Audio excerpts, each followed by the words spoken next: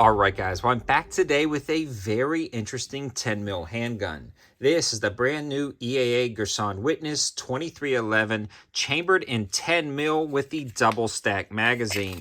Now, this is a very interesting firearm, and EAA sent this out to the channel for review. Now, they also make this in 9 mil and 45, and the 10 mil that you see right here. Now, recently, I actually reviewed the MC 1911C 10 millimeter carry, which is one of my most, favorite 10 mils I've ever fired on the channel. It's actually incredibly affordable compared to other guns. It absorbs the recoil very nice. It was incredibly reliable down at the range, fairly ergonomic, and overall just a great shooting handgun. So I was excited to see Girsan push the limits through EAA, bringing them in to see what they could do. Now, this 10 mil is almost exactly the same as this guy right here, but with that double stack magazine. One thing to note, it only comes with one mag in the box, and I really wish gun companies would include a lot more mags in the box, at least 2 or 3, just because it's pretty difficult to go out there and grab extra mags and you got to pay for shipping on one mag and things like that. But this is the Checkmate 40 to 10 millimeter mag. So you can grab extra if you want to know what this is. Now, before we get too far into this, I do want to give a huge shout out to today's channel sponsor, Target Sports USA, and their Ammo Plus membership service. So I actually signed up for their Ammo Plus membership, and that saves me 8% off and free shipping, and that's where I bought the 10 mil to help make this video. I had some 10 mil laying around, but it didn't love this new double stack design, so I went out to buy a wide variety of ammo, and Target Sports USA had the best prices, and on top of that, they had that Ammo Plus membership. If you go over to my campsite page, you can head over to the link over on there, utilize that link on the campsite page, and if it's your first order, you'll get something free from Target Sports USA. But kind of let's dig back into the overview. Now, in a nutshell, they make this in a few different sizes and a few different versions, so you'll be able to go on their site and check it out. Now, this one actually is the optics ready version, and it does ship with an optic for, I think, the first 3,000 pieces that were sold. Didn't love the optic, immediately pulled it off. Had some issues with it. So, but that's not the gun's fault. I mean, it's just, it was a cheaper optic. They also have different barrel lengths that you can select, and this one right here is going to be the 4.25 inch barrel length. Now, with that, you get kind of like this mid-size feel, but they offer it in the 3.4 inch, the 4.25 inch, the 5 inch, and the 6 inch. I think I would really love this gun in 9 mil with like the 5 inch barrel. I think would be ideal, but we are looking at the 10 mil today. When you pick the gun up, it's fairly ergonomic, and it does have some very aggressive texturing around the handle itself. Now, I'm more preferential to this G10 feel. It feels nice. It's got a lot of texture, but this is very abrasive. And when you're talking about shooting a 10 mil cartridge, it's going to tear into your hands a little bit. Also, it's a wider grip, which you think would maybe make it a little bit more comfortable and easy to shoot that 10 mil, but I found it's just not quite as comfortable as a traditional 1911 with that wider 10 mil design. This one does come with a flared magwell, and it works perfectly with the provided magazines. They insert and drop smooth, and they work out great when it comes to that.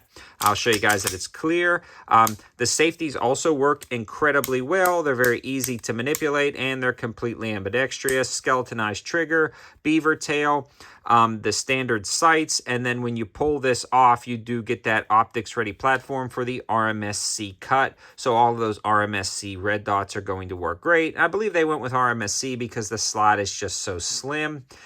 It would be a little bit difficult to put like an RMR cut or doctor cut on the top because of the width of some of those optics. The slide release is pretty darn good, although occasionally while shooting this under heavy recoil with very stout 10 mil loads, either I was bumping this or the gun was just locking back on its own. I tried to keep my thumb away from it, and the gun still locked back with really stout loads.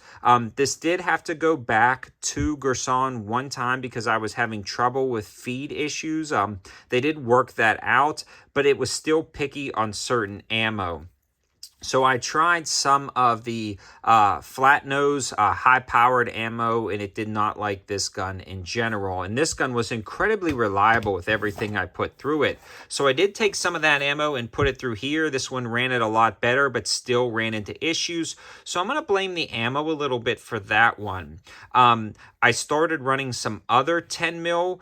And this worked pretty good with the Blazer and the MagTech hollow points. So the Blazer aluminum, it actually ran great, and the recoil impulse was incredibly smooth. If you were just going to like take this to the range, run competitions with it, I don't know who runs competitions with 10 mil, but just target shoot at the range, this Blazer aluminum case from Target Sports USA worked beautifully in both of these guns, and honestly, highly recommend this ammo. The MagTech hollow points also worked really well if you want some detailed specs and features on that. No feed issues, no function issues with that, but I bring all this up to say you're going to have to pick your ammo. You're going to have to test out your ammo for this gun.